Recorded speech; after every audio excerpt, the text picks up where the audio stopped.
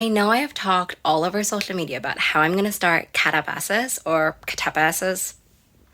Um, and I keep saying that I'm starting it, and I keep listening to other clips from R.F. Kuang about the things that you're supposed to read in preparation for KATABASIS. And so I randomly stumbled across another video where she said to read Alice in Wonderland and The Immortal by I don't even remember. It was in a short story collection. And this was literally when I was about to pick up the book. And I was like, okay, I've done so much prep work for this book. I might as well just listen to the audiobook of Alice in Wonderland's El Alaf, the short story collection. So I did. I'm finally ready. And so this finally officially kicks off the reading vlog for Katabasis. It's been a long time coming. This is the most prep I've ever done for any book ever. So that's how much you know I'm excited for and love this book already. And so, yeah, I will let you know when I actually start it. I've been really busy since I finished these audiobooks, and I'm excited though. So, I realized the top of my head is cut off, but I wanted to film a reading update for Katabasis. How many times am I going to say this wrong? Katabasis. I was saying Katabasis, and was a contentious issue on the internet. So I think it's KATABASIS. Anyway, I am about this much through, 150 pages through, and I'm really liking it so far. I'm tabbing things, as you can see. I feel like, there were a couple things I wanted to talk about. The first one is required reading. I know that so many people had talked about required reading, and I fell into that trap for this book. And I just feel like so far it hasn't been super, super fruitful. I understand what they mean because this isn't quite academic book. And so to actually go into hell, by the way, no spoilers. There will be no spoilers for this. But to actually go into hell, Alice has to study. She's an academic, she studies. So I think a component of this book so far has definitely been the inequality and the poor treatment of graduate students. This is something that I know a bit about because I have some friends who are graduate students who quit or, continued onwards. I contemplated doing a PhD as well, so I'm kind of familiar with some of the things here and the inequalities and the manipulation and exploitation, I guess, of graduate students. But I feel like maybe it's because her name is Alice, and this is kind of like into this space where you're not really ever sure what's happening. Of the required reading that I did, I think the one thing that I would recommend if you want to do it is Alice in Wonderland. Actually, R.F. Kuang did say that in the interview, which is why I quickly reread Alice in Wonderland before I started this, as you know, because you saw the other clips. But I would say that's probably so far the thing that I would find the most helpful, because it has so far this kind of topsy-turvy world in which you're really not sure what's happening. Logic kind of fails you sometimes. So that's so far how it's been. I just realized, so if I want to finish this before the end of May, I need to read more than I'm reading. I was reading about 50 pages a day, and I thought that was fine, except when I was finishing last night at about 150, and I was like, 150, for some books that's halfway through. No, not halfway through here. And then I was looking it up, and actually my ARC copy has 530 pages. So I'm going to try to read twice. I know that I read kind of in 50-page chunks. So today my goal is to read 2 chunks. One chunk basically after I stop filming, and then another chunk later. I normally read this before bed. And so that's my goal so far. In terms of initial thoughts, I guess, I like it so far. Unlike, oh, by the way, I went on a bike ride the other day and I got bit by something gigantic. I don't know what it is. But yeah, I still so far think that Babel's my favorite. I mean, okay, favorite academic-wise, right? I think that one is, I reread that one, and that one still held up to me in the reread, and when I reread it, I actually annotated as well.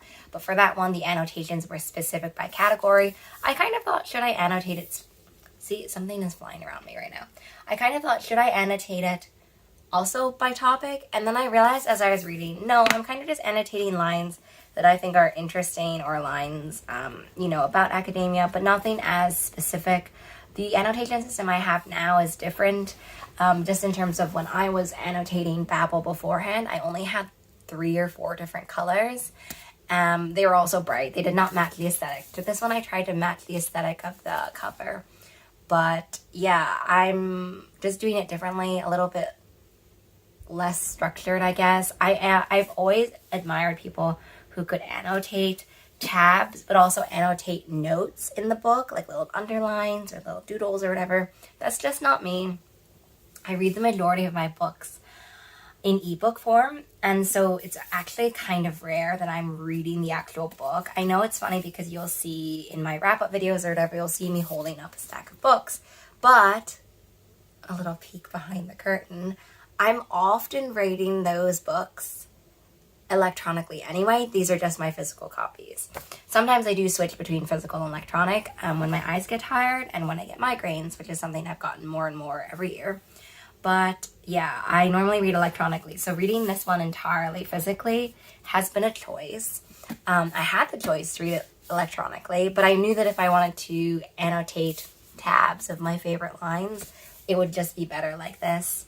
And so, yeah, I'm enjoying it so far. I realize this is the first reading checkup I've done.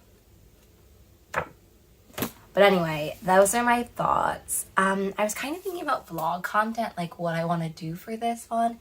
Do I want to take you in a day of my life reading KATABASIS? To me, I feel like that would be a separate video. This is kind of just my free form, what I'm doing the day kind of things. I don't have very elaborate filming setups. I have one kind of main backdrop, and that is this one. I'm also filming this on my phone. I don't even have my mic. So for me, anything that where I'm not setting up the full setup with my mic is vlog style, even if I use a tripod. In the past, I've done different kind of things for the vlogs. But yeah, I'm kind of just leaving those kind of what I'm doing in the minutia of my day for a strict vlog. And then this is more kind of like, oh, here's what my thoughts are while reading. Here are my experiences while reading and everything like that. So I don't know if, since I haven't finished this book and since I haven't, written my review or anything like that, I don't know how much overlap there will be. Because I'm filming this beforehand, I will try not to have that much overlap. And yeah, I'll let you know as I continue going on. My bookmark is just the Loathe at First Sight bookmark by Suzanne Park. And yeah, I also love how floppy this is. I don't know if you can kind of hear that because I'm used to having my mic and just doing it in front of my mic. I love how floppy this is. I know that actually, let me just talk. Side tangent. Let me just talk. Actually, hold on. Let me get my tea and or my orange juice. Let me get a drink and then I'll come back. Okay, so I have my cup of tea. What cup of tea might you ask? Well, it is a London Fog. So it's brown sugar, black Earl Grey tea, milk, and I put a teeny bit of lavender syrup in as well because I'm obsessed. I visited New York City last month. Was it last month? I don't know. I visited New York City earlier this year and had a lot of lavender, like a ton of lavender in drinks, lavender lattes, and I just loved it. And so I bought lavender syrup there and I've been obsessed with it ever since. So here's my drink. Let me just take a sip. Okay, let me talk about special editions of KATABASIS. First of all, the Illumicrate one is stunning. I love that one so much. I'm going to be tremendously heartbroken if I cannot get that one in pre-sale. I will just be camping out on my computer for that one. That one is ultimately my favorite one. My second, because I love red, right? I love red. My second favorite one has to be the standard US Deluxe one. I love the green, but the edges on that one are also so gorgeous. They are so intricate. I don't know, obviously, what the other... Well, I mean, you've seen the Illumicrate edges because you've seen that one. But it just is so, so stunning. And I just love it so much. I'm constantly impressed with how much US kind of deluxe editions. We've seen this a lot with Waterstones, which I will talk about in a second. But I've loved how the standard, or the deluxe editions are stepping it up. I'm intrigued, though, to see what it will be like like the rest of the world with the potential tariffs, just because a lot of the printing is not done in the US. And so will they still be able to, manage to make them with the production deadlines, with the current prices, like whatever that is. So I don't know how the future of that will be. I know we're all kind of holding our breath because the situation is kind of bonkers. But yeah, let's see. I don't know if Fairy Loot's going to do one. I wouldn't be surprised because Fairy Loot and Illumicrate have always done ARC Kwong books. So would not be surprised, but we will see. And let me chat now about Waterstones. So, pause for tea. So the Waterstones one is a signed one, and while I thought that the edges to that were exclusive, I don't think they are, because I saw this on a different site the other day where it wasn't signed, but the edges were still there. So I had originally pre-ordered Waterstone ones, and I still have because I haven't canceled it yet. With the whole world being what it is, I now have a backup one because I actually don't know what the deal will be with Waterstones. So I have another one backup pre-ordered. Also, I saw that there's going to be, in my opinion, what I think is going to be a UK export edition. So basically, if you're not familiar, the UK has been doing export editions to other countries. So for example, if you don't know a little bit about rights, so oftentimes you'll sell the rights for the US, you'll sell the rights for the UK, and then you have ROI rights, I think. Well, you'll have rights for the rest of it. It's kind of international distribution. Often the US and the UK can kind of compete for that in terms of where people buy their actual books. But in the past couple years only, I've been seeing some UK international edition export editions. So basically English editions of books that there specifically will not be available within the United Kingdom, but are going to be available other places where English books are sold. I will put a picture, for example, that I saw recently of this for the Rose Bargain, where they did a purple export edition. And so I think I saw one for KATABASIS, where it's going to be a checkerboard background and also a different cover. And that's why I think it's different. So I'm intrigued by that. And I actually by accident had already pre-ordered that one until I saw that the actual normal UK edition is not like that. So I have a lot of editions so far of KATABASIS pre-ordered, but I don't know if I'm going to keep all of them just because at each specific point in time, I knew a lot more or less about what other editions were going to be available. When I get the Illumicrate one, then I'm really going to have to redecide. And also when I finish this book, how many editions I want. For Babel, I have definitely a few of Babel, but I really love Babel. And if KATABASIS isn't Babel level for me, I don't know if I'll keep that many. So for example, Yellowface, I have the ARC. I have a UK ARC that my lovely friend Elle gave me. I'll link Elle's social media below. And then I have the Illumicrate edition, and then I have the normal kind of edition that I got signed. All of mine so far are signed. That I got signed. So you can still say that's a lot of Yellowface, and everyone around me would also say that. But it's not as many as I have of Babel, right? Because of Babel, I have Fairy Loot, Illumicrate, a normal Fox and Wit dust jacket on top of a Barnes and Noble's exclusive, a normal US edition of Babel. I have the Babel US ARC, the Babel UK ARC. Like, we understand, okay, that I have a problem. I just don't know if I'm gonna let KATABASIS get to that level. Where I am now versus where I was before, and to be fair, I love those ones definitely, but I think I maybe moved on a little bit more in the collection aspect of my life. I just don't think I'm as interested anymore in collecting different editions of a book. As you can tell, my shelves are already pretty full. I'm consistently going through them. I recently did a huge declutter of special editions. And so I'm just at a different stage. I feel like when I was at Babel, like,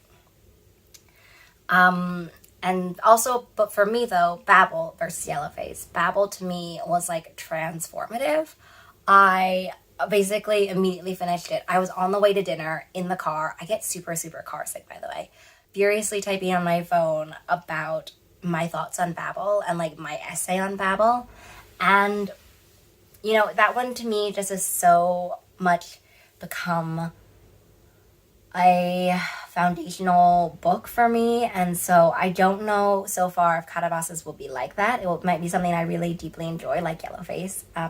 But unless it gets to that level, I cannot allow the amount of pre-orders to grace my shelves. And now with current shipping and whatever, it's just harder to return things as well. So I'll have to decide. And I will let you all know, obviously. This has been a huge portion of the segment, or a huge segment of this vlog. But that's kind of what you're into for these reading vlog kind of bleh, videos. So I'm filming my last update for KATABASIS because I'm done with it. I want to film a whole video. I love how floppy this is. I want to film a whole video about my thoughts about it in depth. So I'm not going to share my mini review about it. I don't know if that's going to be super disappointing. I'm sorry. I'll share some initial thoughts, but the more cohesive idea is going to be in the next one. And I guess that is what I will say. I'm still finalizing my thoughts about KATABASIS. I'm going to chat about it. I'm going to my notes. I'm going to chat about it when I talk about the review part, but I did not know what to expect when I went into this book. In general, I think that is the best way to go into a book, not knowing what you will expect, and sometimes not even knowing the synopsis. But for me, I think what I'm not struggling with, or what I'm still thinking about, I guess, is the fact that I had so much hype going into this one. I think that when you go into a book that you kind of randomly pick off the shelf, that's definitely different when you go into what one of your most anticipated releases of 2025 or the year will be, and from an author you absolutely love and have loved everything else from. And third of all, I guess, is what I should say as well. All of R.F. Kuang's books have been very different vibes. So I would agree that KATABASIS definitely is a different vibe. And so going into these books with all the hype, with all the expectations, with all the pressure, all of these things kind of mounting behind you, going into this book is a really weird experience where it's like you have all this hype, you have all these emotions and these feelings, but since I hadn't even really read a synopsis, or I hadn't even really understood what was going to happen or seen any reviews, I've been purposely avoiding those. You're not, for me, because I didn't have like a very set feeling about it, like a very set, clear set of expectations. It was just hype behind it. I don't really know how to feel afterwards. It's like when you've been looking forward to something you've wanted and loved for so long and it's done, you don't know what else to do with yourself and like what it's going to be. Like it to me kind of felt like getting ready for example, a concert that you've been looking forward to, right? It feels hazy because you're thinking about it and you're like, I really want to go to it. You have all this excitement and anticipation. You're like, will I even get tickets? I can't even think about it too much, right? I had to avoid watching people get their US proofs because of how upset I knew I was going to be. And I've also now started seeing people get their UK proofs and also just cannot see. Like, I like the video, maybe comment, and then I'm done. I'm out of there. But similarly like to that, this whole KATABASIS journey has been such a roller coaster, as it is obviously for Alice, but it has been such a roller coaster for me that I've really been struggling kind of making up my thoughts. When I finished and also it's like a palimpsest of all of these expectations, right? So when I finished reading Babel, I finished reading Babel and immediately cranked out a review. Like I finished Babel right before I went to dinner in the car, even though I get severely car sick, writing down the review because I couldn't stop thinking about it. I couldn't stop thinking about the themes and like how that initial feeling made me feel. And this one was not that same thing. I think every book and every experience you have at every point in your life that you read a book is so different. For example, when I reread Babel after I finished Babel, obviously, but when I reread it a while after, I think probably over a year after at that point, it was certainly a different reading experience and a different reading set of expectations going into it. And because of the intense emotions and because of the also kind of the, not letdown, but like it's done feeling to KATABASIS, I have felt just adrift now being done with it. And so I wasn't ready to kind of jump into a review mode for it. This was something that I had to think a little bit more about. And so for the review video, it's definitely going to be more ordered than any other one of my videos have been so far. Normally I kind of just go down my notes and talk about the ones that I want to. But the next one, I have some really interesting or some thoughts that I want to vocalize about expectations, about tone, about what think about going into it. For example, I've heard some people who have been like, oh, this is has a romance, or this is a romance. And I think that when all of these things are swirling around, it kind of gives you this idea or gives you these expectations. So expectations is a huge theme I'm going to talk about in my review, but that's why I feel like you didn't get a clip of me like immediately upon finishing, because I could have done that. I could have set up my tripod, or I could have set up a tripod and done it, even though I'm running out of space on my phone, but I could have done it.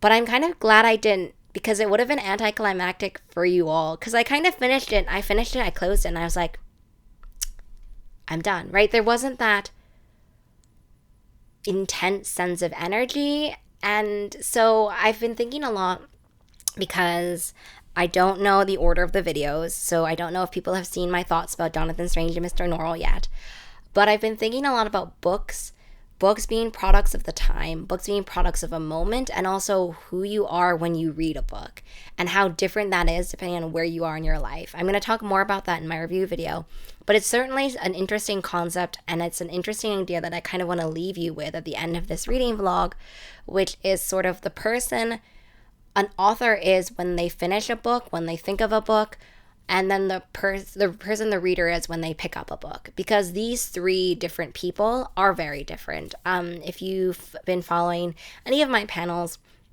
you'll see that the journey of a book takes way longer. Obviously, it takes longer from the concept, it takes a long time to selling it, to editing it, and then even publicizing it, right? So for a book like KATABASIS, it could have been, assuming it's not an idea that came up like 10 years ago, for example, or anything like that, even if you had the idea, immediately sold it, you're still at least 2 to 3 years, I would say 2 to 3 years, away from when people are going to have it in their hands. And to promote it and talk about it afterwards, a lot of things can happen in 2 to 3 years.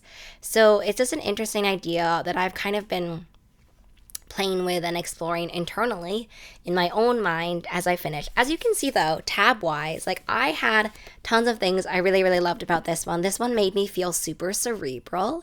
It made me feel super learned. I also want to talk in my review about the required reading that I've seen going around. And how I feel about that. So the review part of KATABASIS will actually be really, really long. It'll be kind of like expectations, then it'll be required reading, and then it will be the actual review part.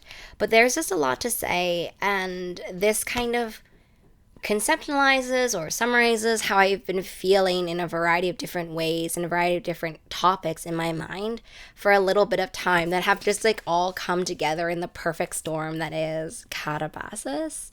So I'm not sure what people are really very looking for in reading vlogs or in vlogs of readers, because a lot of it's kind of just person sitting, standing, whatever, sometimes exercising like me while reading, and it's kind of like what is the interesting content with it.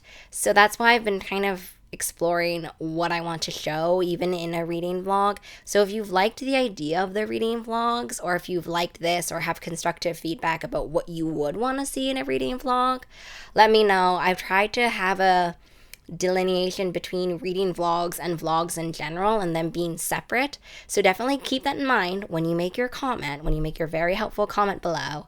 But I am finishing this one and I'm really excited to see what people will think of it. And I'm really excited to film my review of it when I finally get it done. Would it be fun to do a PowerPoint? I feel like it would be fun. I don't do PowerPoints enough and I really love doing them.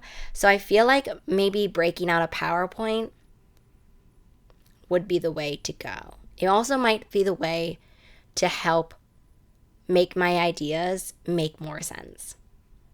Anyway, I hope to see you in the next video where we're just chatting books and everything that I love about them. I hope you have a really great rest of your reading day, week, month, and year. And I will see you in the next video.